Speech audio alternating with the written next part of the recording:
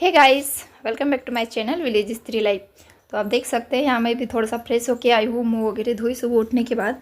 अभी मेरा थोड़ा सा हफ्ते भर का रूटीन थोड़ा सा चेंज है।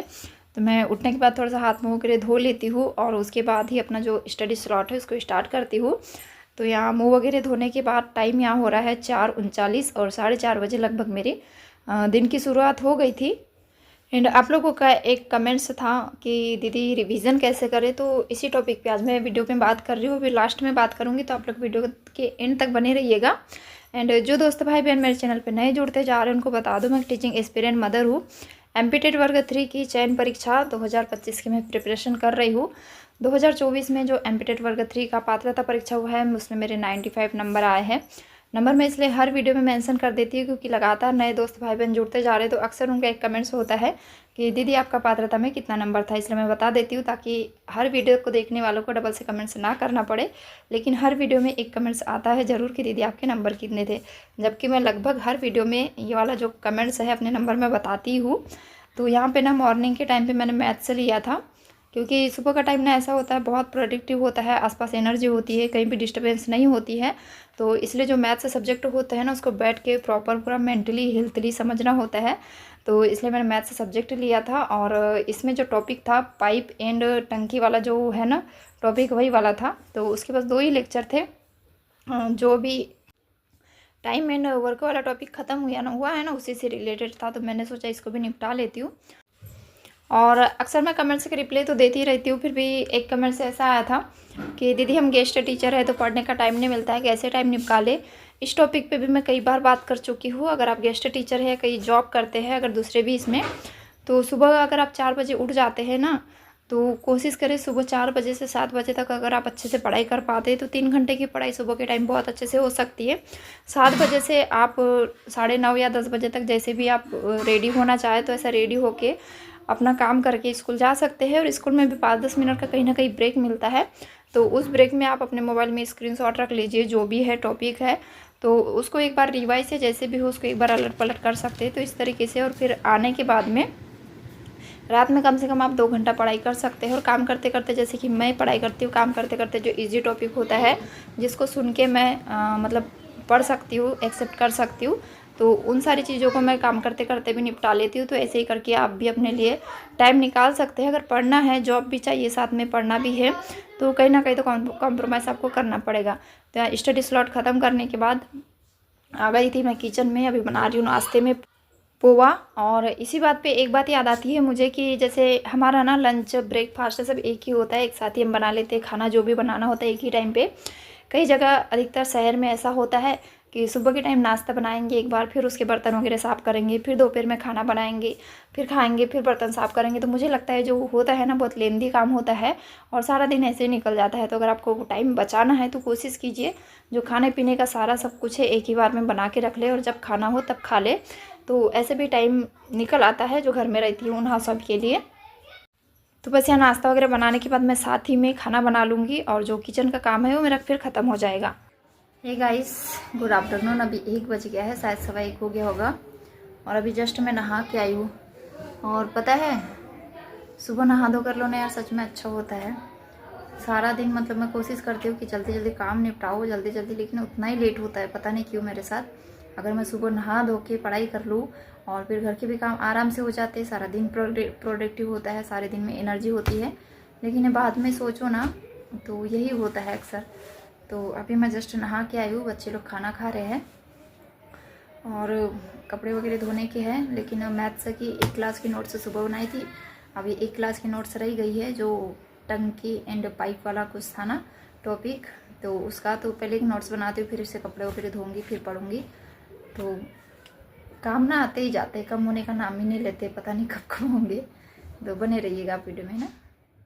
तो फिर से यहाँ दोपहर में मैं अपना स्टडी स्लॉट स्टार्ट कर रही हूँ और इसमें ना मैथ्स से ही ली हूँ, क्योंकि जो एक बार में 1-2 घंटे में मैथ्स ख़त्म नहीं होती है। एक बार मुझे पूरी क्लास देखना होता है, सेकेंड बार में फिर देख के फिर मुझे नोट्स बनानी होती है, तो ऐसा करके टाइम लग जाता है उसमें। तो आज के दिन जो ये वाला टॉपिक था, मेरा 2 लेक्चर थे, 2 नोट्स थी, तो वो मेरी ख़त्म हो चुकी थी।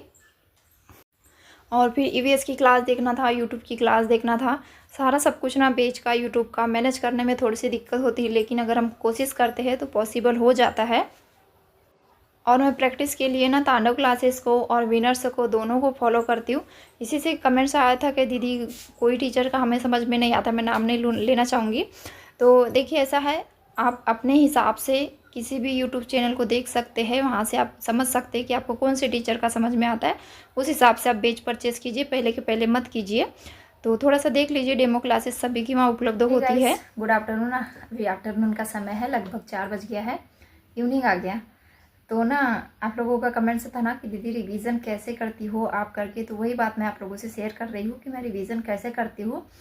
तो देखिए जितना ना सिलेबस इम्पोर्टेंट है उतना ही रिवीजन इम्पोर्टेंट है, और जितना जो रिवीजन इम्पोर्टेंट है उतना ही एमसीक्यू लगाना इम्पोर्टेंट है, मॉक टेस्ट लगाना इम्पोर्टेंट है। जब तक सिलेबस, ये रिवीजन एंड मॉक टेस्ट का जो इक्वालिटी नहीं होती ना 10 into 100, तब तक 100% सफलता नहीं मिलती है।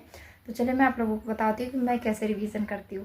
तो देखिए जो मेरा पढ़ने का तरीका होता है ना, वो मैंने मतलब एक हफ्ते वाइज मतलब डिवाइस किया है कि जैसे एक हफ्ता है उसमें मेरे 5 सब्जेक्ट है, तो 5 सब्जेक्ट को एक दिन में एक सब्जेक्ट, या एक दिन में एक सब्जेक्ट बोर लग रहा है तो एक दिन में मैं 2 सब्जेक्ट लेके चलूँ, तो ऐसे करके 2 दिन में मेरे 2 सब्जेक्ट फिर कंप्लीट हो जाते हैं। फिर तो ऐसे करके शुक्रवार तक मैं रखती हूँ कि मेरे जो 5 सब्जेक्ट है उसको मैं जितना मुझे देखना होता है, जैसे एक टॉपिक मुझे कंप्लीट करना ही है, एक सब्जेक्ट एक टॉपिक, तो ऐसे 5 सब्जेक्ट मेरे 5 जो एक एक करके 5 टॉपिक कंप्लीट हो जाते हैं। फिर मैं सोचती हूँ कि जो शनिवार है उसको मैं रिवीजन डे रखूँ। तो शनिवार के दिन मैं कोशिश करती हूँ जितना मैंने हफ्ते भर में पढ़ा है लगभग सभी सब्जेक्ट का एक एक टॉपिक ही कंप्लीट हो पाता है।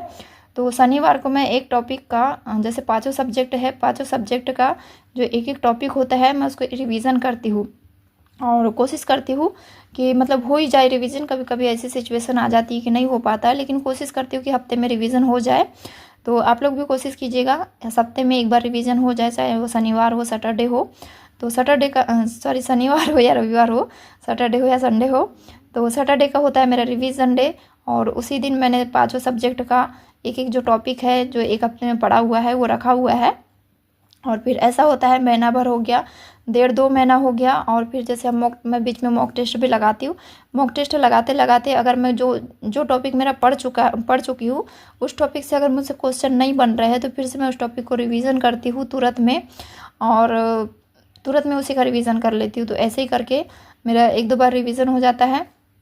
और जो वीडियो देखने का तरीका होता है ना, एक बार मैं पूरा वीडियो देखती हूँ, दूसरी बार मैं नोट्स बनाती हूँ पीडीएफ से। मैथ्स में वीडियो देख के नोट्स बनाती हूँ सेकेंड दूसरी बार, लेकिन अदर सब्जेक्ट में मैं पीडीएफ से नोट्स बनाती हूँ। तो एक बार वीडियो देख के दूसरी बार नोट्स बनाती हूँ।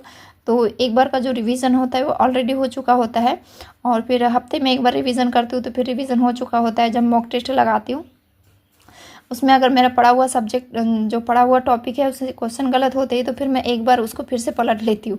तो ऐसे ही करके मैं अपना रिवीजन करती हूँ।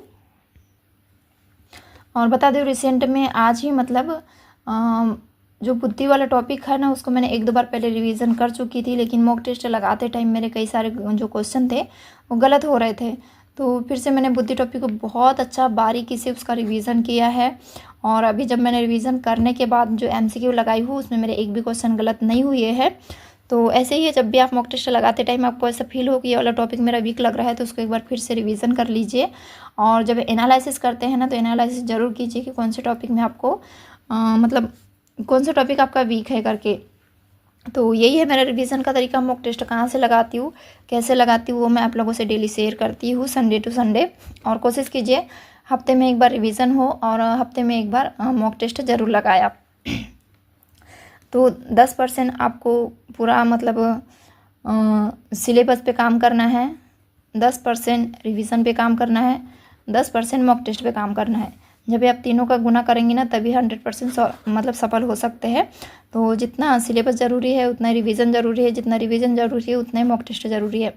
तो इन तीनों को साथ में लेके चलिए, मैं भी चल रही हूँ, देखती हूँ अब आगे क्या होता है। तो आई होप आप लोगों को समझ में आया होगा कि मैं रिवीजन कैसे करती हूँ। तो इसी के साथ वीडियो एंड करती हूँ। आई होप आप लोगों को वीडियो पसंद आएगा। वीडियो पसंद आता है तो वीडियो को लाइक शेयर एंड चैनल पे नए तो चैनल को जरूर सब्सक्राइब कीजिएगा। एंड जो भी आपके क्वेश्चन कमेंट्स है कमेंट्स बॉक्स में ज़रूर लिखिएगा। बाय।